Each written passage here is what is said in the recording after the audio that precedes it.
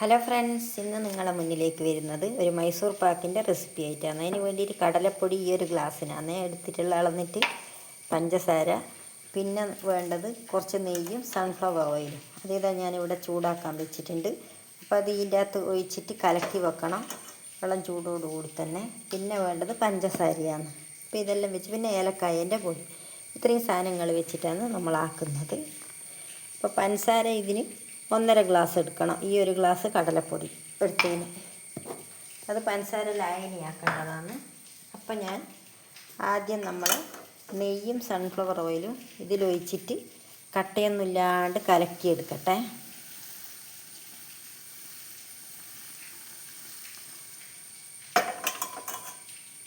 നമുക്ക് കലക്കിയെടുക്കാം, കട്ടയൊന്നുമില്ലാണ്ട് കലക്കിയെടുക്കണം.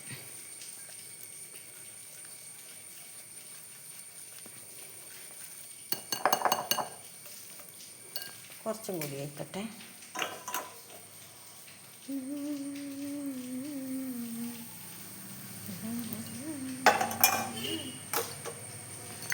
നല്ലോണം കലക്കിയെടുക്കാം. നമുക്ക് നല്ല ലൂസായിട്ട് കിട്ടണം, ഒരു തരി പോലും കട്ട ഉണ്ടാകാൻ പാടില്ല. അപ്പം നമുക്കൊന്ന് കളറ് വേണം, ഇല്ലെങ്കിൽ ഇത് വെള്ള പോലെ ഉണ്ടാവും. നമ്മളെ മൈസൂർ പാക്കിനൊരു കളറിന് വേണ്ടിയിട്ട് ലേശം മഞ്ഞൾപ്പൊടി ചേർക്കട്ടെ ഞാൻ. ഇപ്പം നല്ല അടിപൊളിയായിട്ടായിട്ടുണ്ട്. ഇനി നമുക്ക് പഞ്ചസാര ലായനിയാക്കാം.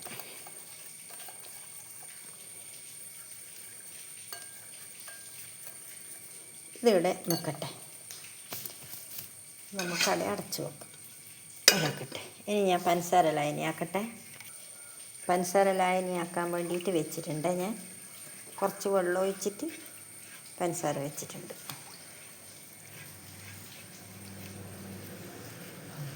അതവിടെ നിന്നാവട്ടെ.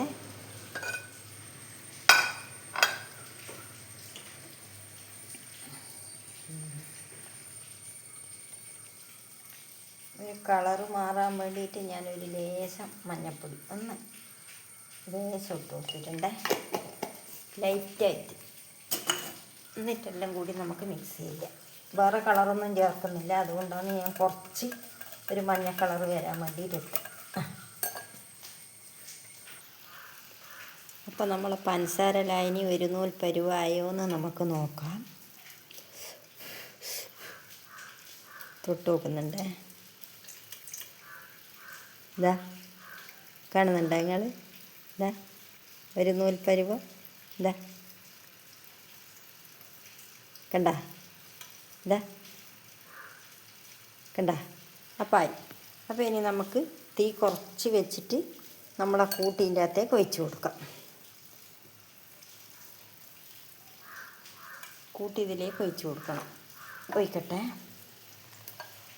നല്ലോണം ഇളക്കിയിട്ട് കൂട്ടി ഇതിലേക്ക് ഒഴിച്ച് കൊടുക്കുന്നുണ്ട്.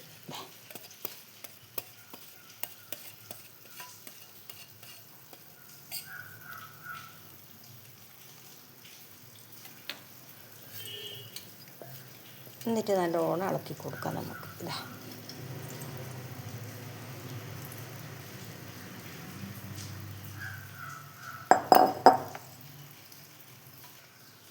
ഇത് നല്ലോണം ഇളക്കി കൊടുത്തിട്ട് കുറുകിയിട്ടാകുമ്പം നമുക്ക് കാണാം. അപ്പോൾ ഇതാ നല്ല അടിപൊളിയായിട്ട് വന്നിട്ടുണ്ട്. ഞാൻ കുറച്ച് ചൂടുള്ള സൺഫ്ലവർ ഓയിലും നെയ്യും കൂടിയുള്ള ഇതിൽ ഒഴിക്കുന്നുണ്ട്.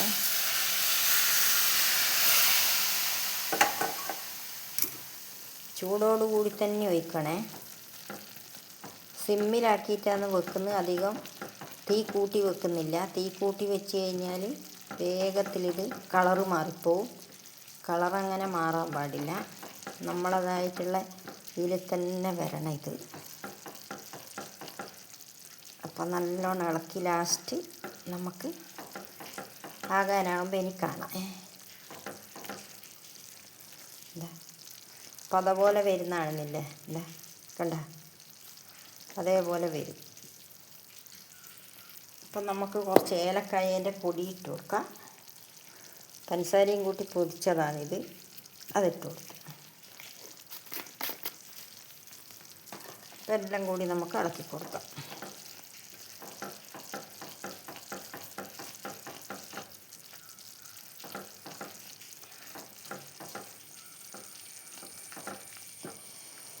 ഇപ്പം എല്ലാമായിട്ട് കാണാം. ഞാനിവിടെ പാത്രം സെറ്റാക്കാനുള്ള പാത്രം ഇവിടെ റെഡിയാക്കി വെച്ചിട്ടുണ്ട്. ഇതിലേക്കാണ് നമ്മളിതായിട്ടൊക്കെ ആകുമ്പോൾ ഒഴിച്ച് കൊടുക്കേണ്ടത്.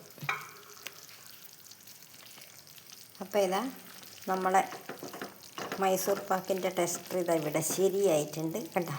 ഇതാ ഇതാ അധികം മൂത്ത് കഴിഞ്ഞാൽ പിന്നെ ഇത് കടിച്ചാൽ പൊട്ടിച്ചാൽ കിട്ടൂല. അപ്പം അതുകൊണ്ട് ഇനി ഞാനിത് വാങ്ങുന്നതാണ്. നമ്മളെ എണ്ണയെല്ലാം ഇതാ തെളിഞ്ഞ് വരുന്നുണ്ട്. നെയ്യും അധികം മൂക്കാൻ വേണ്ടി വെക്കാൻ പാടില്ല.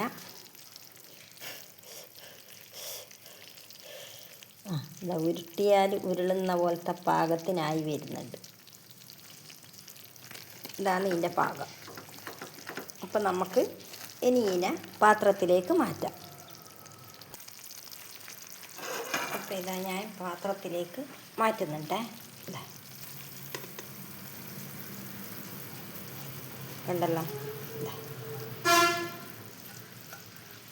കറക്റ്റായിട്ട് നമ്മൾ പാത്രത്തിലേക്കെല്ലാം ഒഴിച്ചിട്ടുണ്ട്. ഇനി അതിനൊന്ന് തട്ടി കൊടുക്കണം.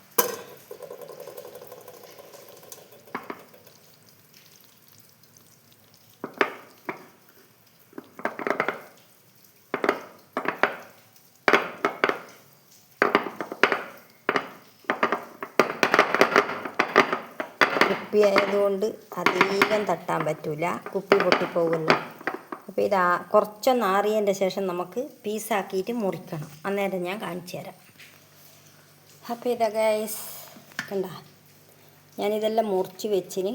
അപ്പോൾ ഇതെല്ലാം ഒന്ന് റെഡിയാക്കട്ടെ, എന്നിട്ട് എടുത്തിട്ട് ഞാൻ കാണിച്ചു തരാം നിങ്ങൾക്ക്. ഓരോ പീസുകളായിട്ട് എടുത്ത് കാണിച്ചു തരാം. അപ്പോൾ ഇതാ ഗൈസ് മൈസൂർ പാക്ക് നല്ല അടിപൊളിയായിട്ട് കിട്ടിയിട്ടുണ്ട്. കണ്ട, ഇതാ